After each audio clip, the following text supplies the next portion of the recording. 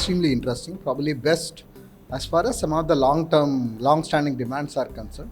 They have abolished angel tax, which was the requirement we had for last more than 11, 12 years now. Very happy to see that angel tax going away.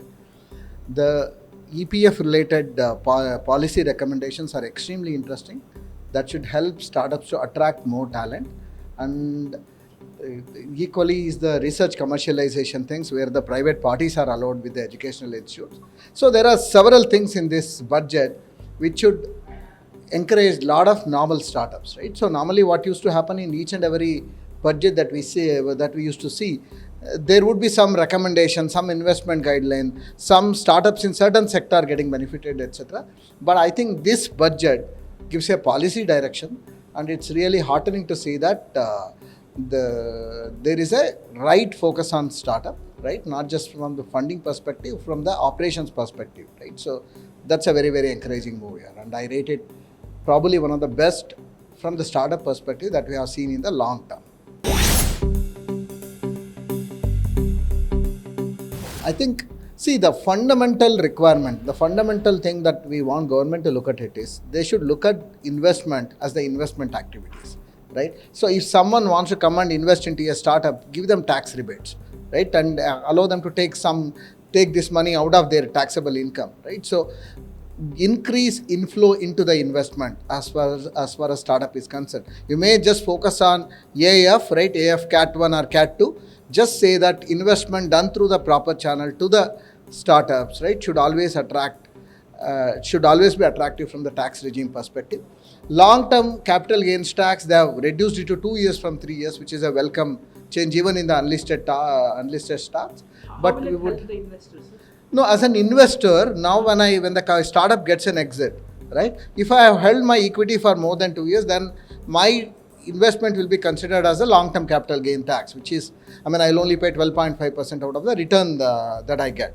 But what would have been interesting is when I go and invest money into AIF, if they can consider it as some kind of tax rebate, it will really help, right? That's the one thing. The only other requirements that we have is increase the cash availability with the startups. For example, whenever someone deals with the startup, right? So there are some opportunities to exempt that from GST, right? Or the TDS, don't deduct the TDS of the startups because that will give them ample cash flows. Anyway, you have improved the tax regime, right? These are some of the other demands. But I think what we have heard today is very, very interesting, and we hope a lot better things to come in the future.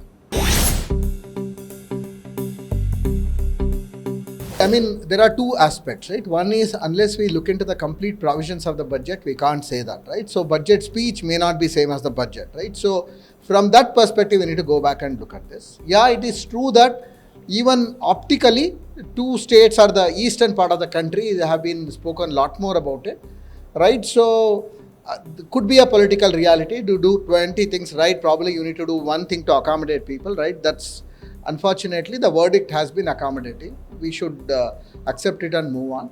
But my point is this: as long as it has not done injustice to the demands of the states, right? Which I'm trying to ask, what are the demands of the state in terms of the new programs, etc. Was there anything which is very, very pressing from the timeline perspective? If it was not done, then I think it's harsh on state. But as it stands good, I don't read too much into this, right? That could just be an optical thing in the presentation. I need to look at the details of the budget and see. Oh, so huge, right? So I think what's really heartening in this budget are the focus in terms of improving the employability of the students, not just in one dimension. One is the whole skilling internship thing that they are talking about. The second one is a skilling investment they are promising to make. Third one is the whole internship thing, right? So, and the fourth most important thing is the EPF, right? Which is available for the first time employees. So, a lot of things in this budget to bridge the gap between education and the employability, which was a major problem that we had for several years. So it's very, very heartening to see. In fact, I was pleasantly surprised that education and MSME becomes the top priority of the budget, which was not the case for several budgets. In fact, last budget, we still remember discussing about it.